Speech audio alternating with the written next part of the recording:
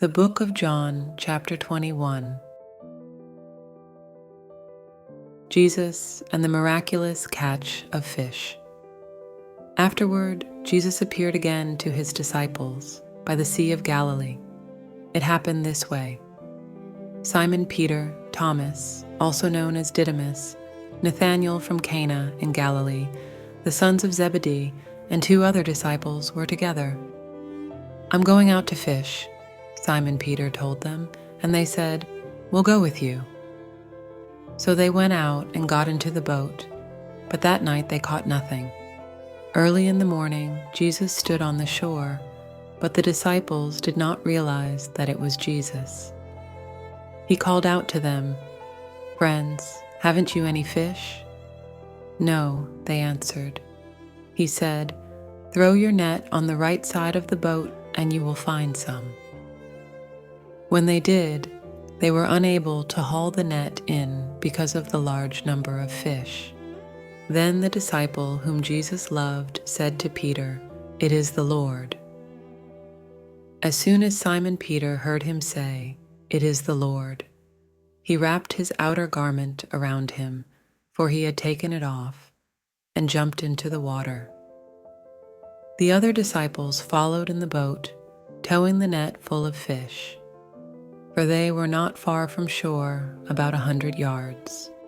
When they landed, they saw a fire of burning coals there with fish on it, and some bread.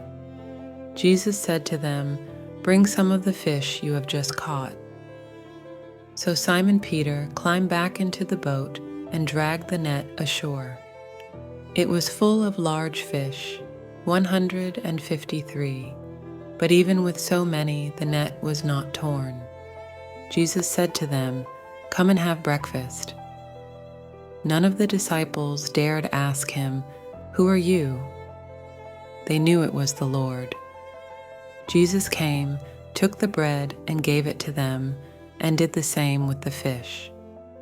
This was now the 3rd time Jesus appeared to his disciples after he was raised from the dead. Jesus reinstates Peter. When they had finished eating, Jesus said to Simon Peter, "Simon, son of John, do you love me more than these?" "Yes, Lord," he said, "you know that I love you." Jesus said, "Feed my lambs." Again Jesus said, "Simon, son of John, do you love me?" He answered, "Yes, Lord, you know that I love you." Jesus said, "Take care of my sheep." The 3rd time he said to him, "Simon, son of John, do you love me?" Peter was hurt because Jesus asked him the 3rd time, "Do you love me?" He said, "Lord, you know all things. You know that I love you." Jesus said, "Feed my sheep. Very truly, I tell you, when you were younger, you dressed yourself and went where you wanted. But when you are old, you will stretch out your hands, and someone else will dress you and lead you where you do not want to go."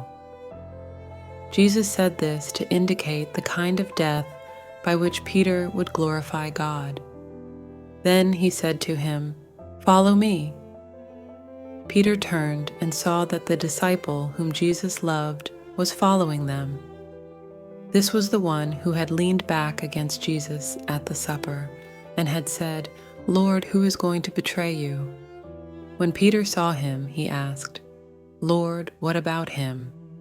Jesus answered, "If I want him to remain alive until I return, what is that to you? You must follow me." Because of this, the rumor spread among the believers that this disciple would not die.